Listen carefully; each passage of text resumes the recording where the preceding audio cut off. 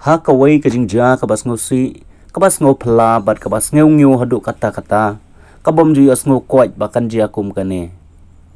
ka bala jia ha kawai ka shnong ka bakarteng ka Chinna Kulipati jong ka jela Tamil Nadu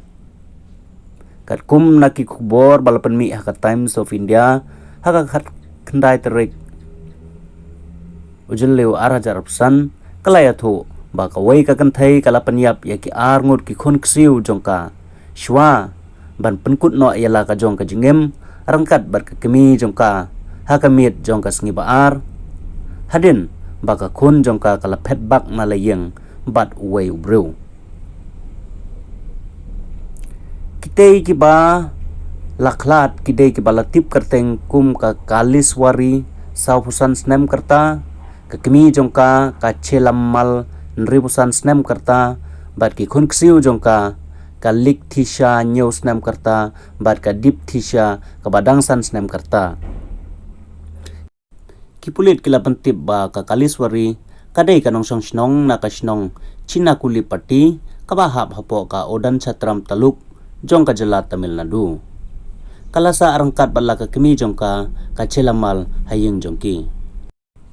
ka khun jongka Kaliswari ka Pavitra ka bala arhu prasnam karta bat ka bala ya poi kha bat uprabha karan na ka snong karur la news nam manshwa bat ki ladon arngut ki khun kalik thisha bat ka dip thisha hadin bakalami ka jingya ka ja hapdeng jong ka Pavitra bat utnga jong ka hau banai bala dem ka Pavitra kala lik phaino shalayeng ka kemi rangkat bala ki khun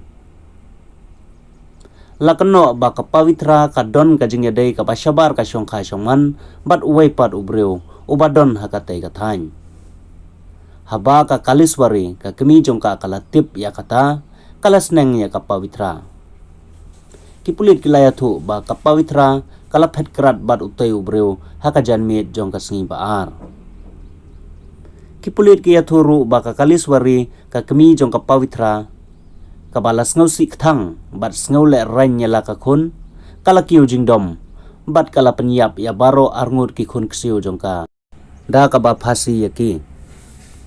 hashwa ba maka bat ka kemi jongka ka Chelamal kin penyap ya lade ha ka janmit jongka sngi baar kani ka jingjia kala pau perthai ha ka step jongka sngi balang kipulit ka idaya kotai kila pha ya kitei ki batyap Shadin Digul Government Medical College Hospital banle ya ka postmortem